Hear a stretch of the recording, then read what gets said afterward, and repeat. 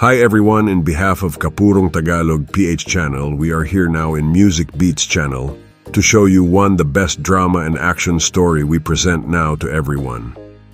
Pero bago tayo magsimula sa ating palatuntunan, kung bago ka pa lang sa aking channel, isang subscribe naman kaibigan.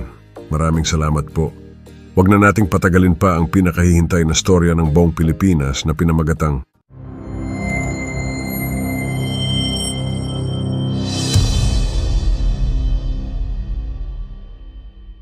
Ang Agimat ni Lolo. Pinagbibidahan ng mga matitipuno at matatapang na lalaki.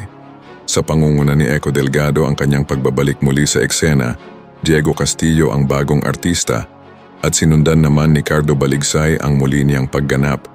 Ating tunghayan ang Mala Magical na kaganapan ng ating mga bida dito lang yan sa Music Beats Story.